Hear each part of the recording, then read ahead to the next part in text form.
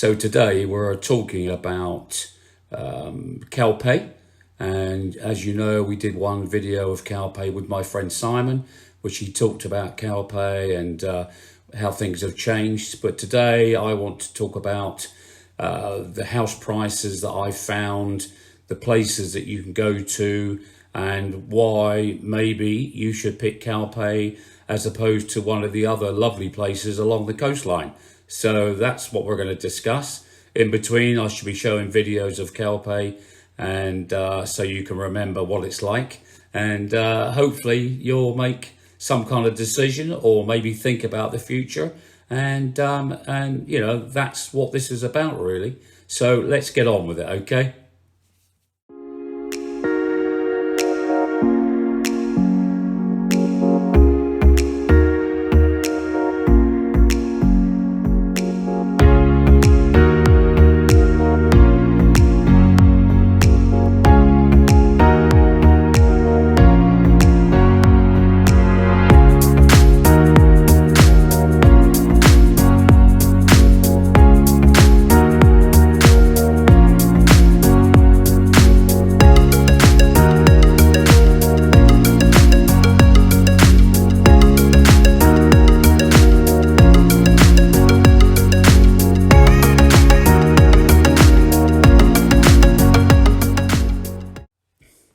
So we're going to start off with house prices and the cost that I've found. This was research I did in December 2022. This is being filmed on the 4th of January 2023. So things change all the time here. You must obviously take that into consideration. But I've found 1 bed, 1 bathroom apartments from 78,000. The next cheapest price I found was 85, going up to 100,000 for the same thing. So 1 bed, 1 bathroom, but you know, that's enough for a couple to live in, or a single person.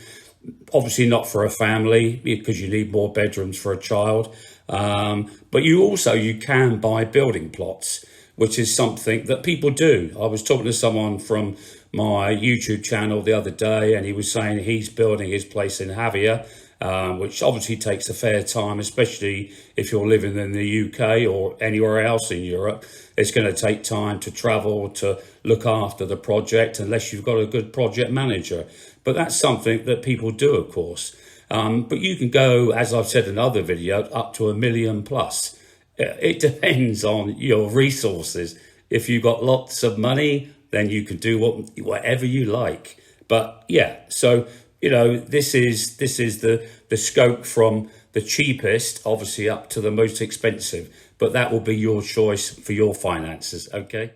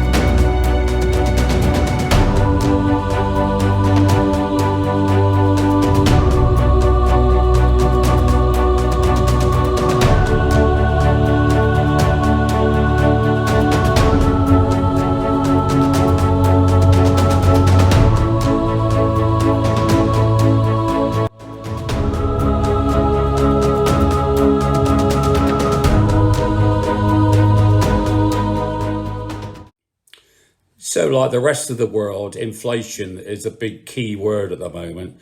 You know, all the European countries are suffering from inflation with the war, with COVID. You know, it's the big talking point that everyone is talking about. I watch the British news and that's what they're forever talking about. Currently in Spain, inflation, bearing in mind this is back in December, it was 8.7%. So it's a lot lower than other countries. So they're obviously getting some control of it over here, but they've been giving 20 cents discount on every litre of petrol and diesel, of course. And that finished on the 31st of December. So inflation could go up. But as I say, in December, it was 8.7%. Food prices are a lot cheaper than a lot of other countries.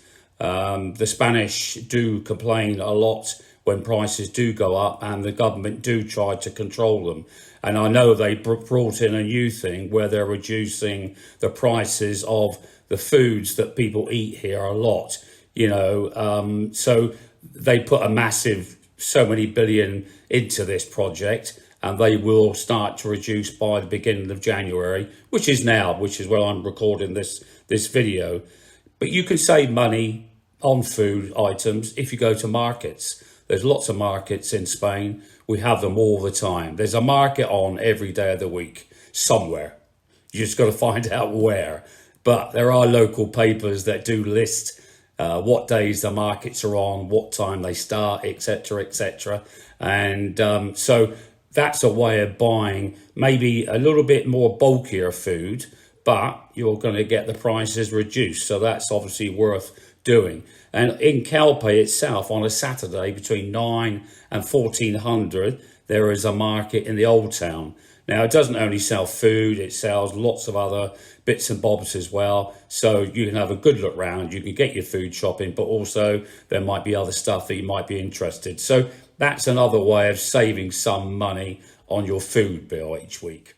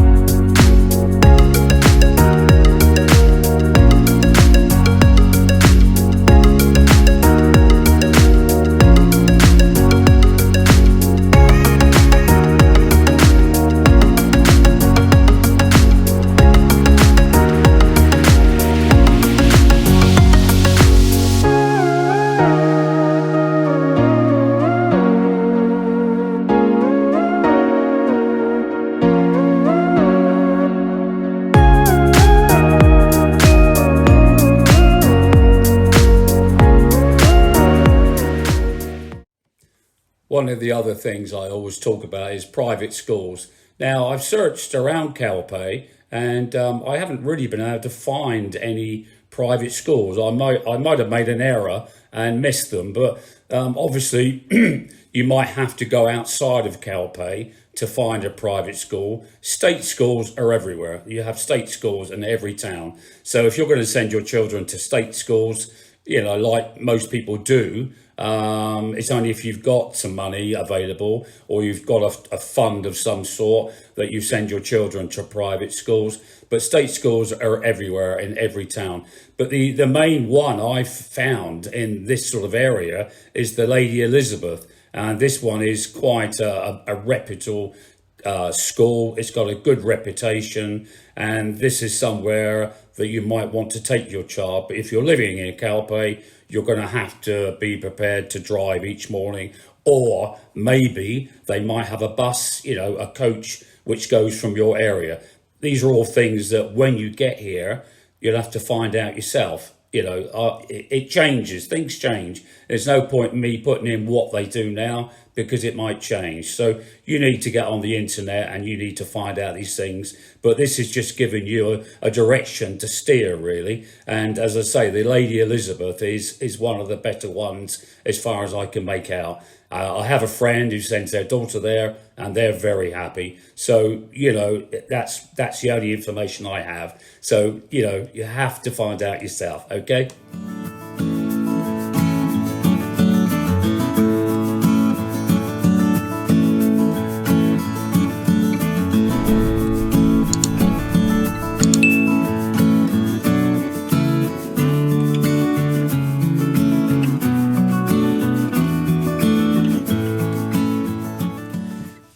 regards to transport and getting from Alicante Elche Airport, you can get a taxi, you can get a hire car, there are buses, there are many companies that do shuttle as well, and the shuttle is about the cheapest if you want to come. I know that lots of my friends use this and they are very cheap. You can have a car over here where you leave it parked up all the time, especially if you're coming backwards and forwards on a regular basis. You have to remember that you only get 90 days out of 6 months to visit Spain. It's a 90-day rule, 3 months. So if you're coming backwards and forwards, you might have to spread that out over a period of time. So maybe a car would be better, get a cheap car. Not that cars are that cheap over here. I find them more expensive than I did when I was living in England. But I think personally, the little shuttle companies that go backwards and forwards and stop at all the towns on the way back, like Calpe, be worth taking an interest in and getting some prices from them, because I really do feel they're the cheapest. So options.